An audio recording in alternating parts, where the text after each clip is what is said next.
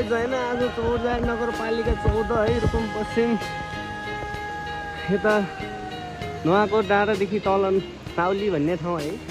यस्तो बारी पहिरो गएर ट्रक देख्न सक्नुहुन्छ हजुरले है। बाइकै तोपिदिया छ, यता डरम सरम बगाएर ल्याएछ, मेसिनलाई शुद्ध असर पारिदिया छ है गाइज।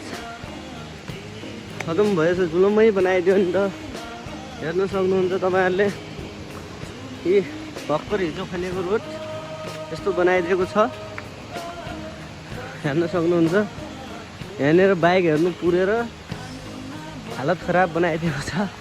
यसलाई निकाल्ने के गरियो भन्ने बगानमा गइरहेको छौँ है। देख्न सक्नुहुन्छ बाइकको हालत